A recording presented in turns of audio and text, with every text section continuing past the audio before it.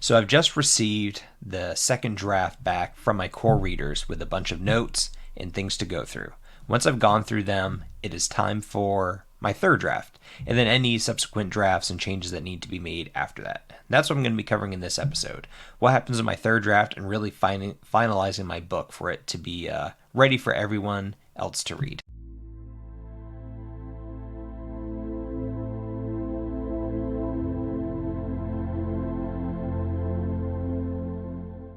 My name is Alex Jagir. I am a epic fantasy writer. Most of you probably know that by now, but for those of you who are new, this is my channel to promote my writing.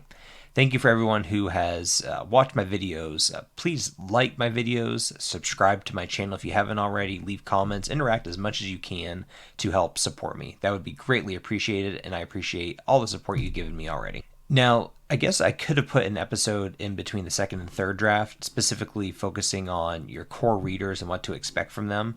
But I'm going to do some separate episodes on that in the future, since this is specifically on the writing portion of my process. So that's why I'm going right from the second draft into the third draft. But yes, in between, there's definitely an important discussion to be had about your core readers.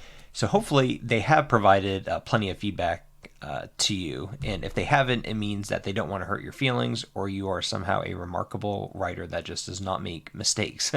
I'll let you figure out which one it is. I know that for me, I definitely make mistakes and need to be critiqued in my work. So I get my notes back and feedback from my core readers, and now what do I do with the third draft?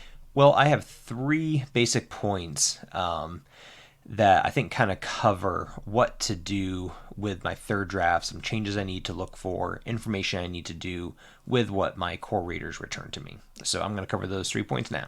One thing that is difficult sometimes is recognizing when changes need to be made to a character that you as a writer really enjoy in your book.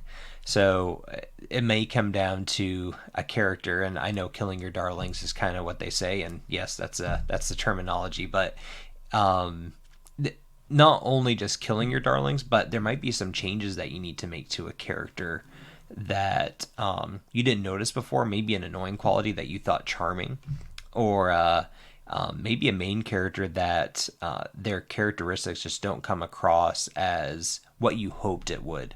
And then if you receive that information back from your core readers that that's the case, you may need to change your characters around or get rid of a side character or maybe even a main character altogether. So this could probably be the hardest part of changes that need to be made in your final drafts, is recognizing that your characters may look differently at the other end of it than when you first started.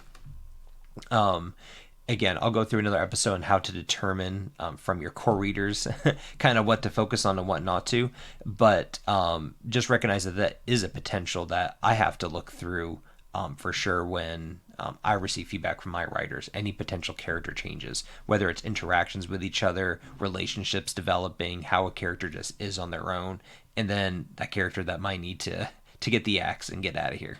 Another element that that will for sure need to be examined, and parts of the book need to be rewritten or organized or better explained, is just the normal story beats and plot points that you're trying to communicate to your reader. So when I write my book, it's of course very normal for me to know everything in my mind on what's happening in the scene, what's going to be happening at the end of the book. I have it all organized, and my job is to write to you to convey the story, show you things that I want to be shown, and hold back things that I want to be held back, but reveal the story to you from beginning to end. And there may be, not maybe, there will be parts throughout the book where my readers will come back and say, hey, I don't know the link here between these two things. I'm confused from this chapter to this chapter. It doesn't make sense to me. And that's very normal, because in my mind, I can know, okay, well, this is a natural step from, say, this character choosing this decision to realizing this about the enemy or something like that.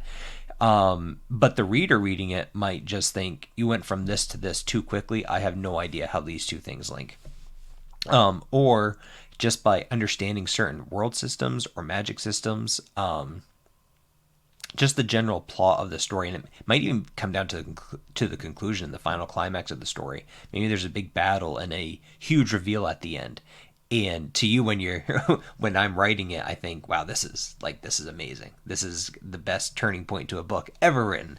But then my readers might come back and say, hey, I don't get how this person can be the bad guy, because remember he did this. And there's just so many things that could happen that don't make sense in their mind, or yeah, that just don't connect the dots. It could be that you left out information writing, that I left out information for my readers that was necessary for them to connect the dots, or no matter what information I place there, the conclusion to the trail that I led just doesn't follow. So there's a few instances there of where I might need to examine the plot, change some story beats, alter some things around, and really focus on changing those elements to my story. Magic and world systems. Focusing mostly on the magic systems, but world systems, I tend to link those two together. So there's kind of two elements here that could be examined. The first one is that your magic system or world systems aren't exciting, and that's a problem. And I hope my core readers, I know they would be honest with me if they are boring. They don't come across as exciting or interesting.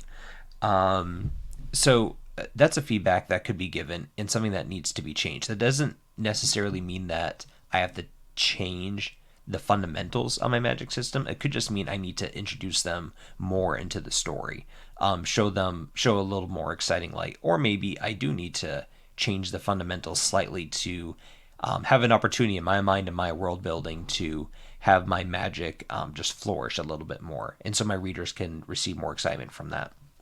The other element that may need to be changed does have to do with the fundamentals.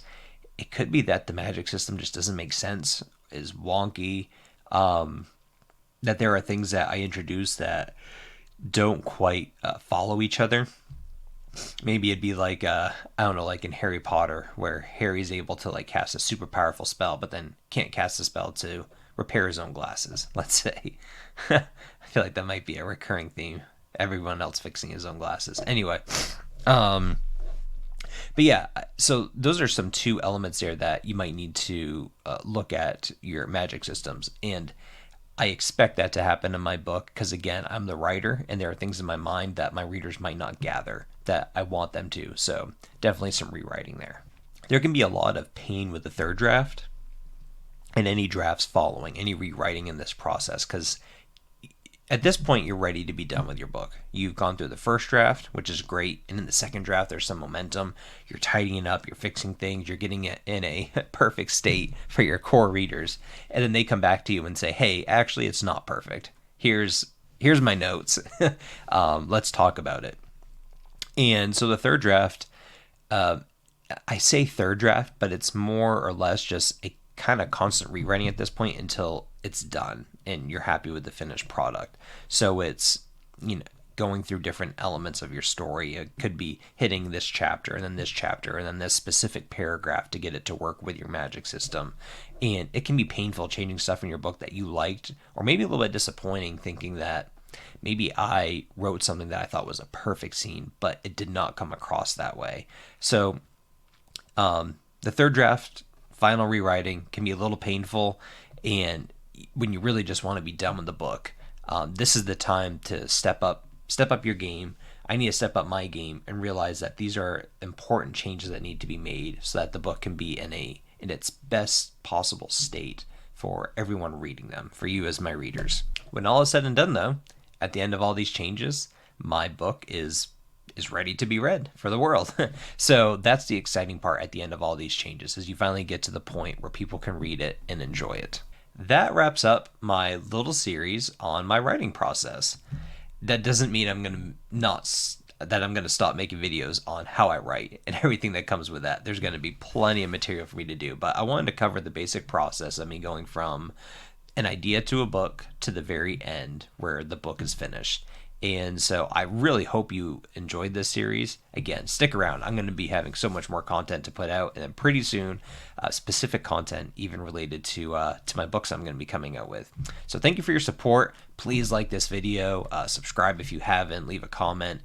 Contact me through my contact form on my website. Would enjoy talking with you on whatever topic you want to discuss. Again, thank you for your time, your support, and I will see you next time.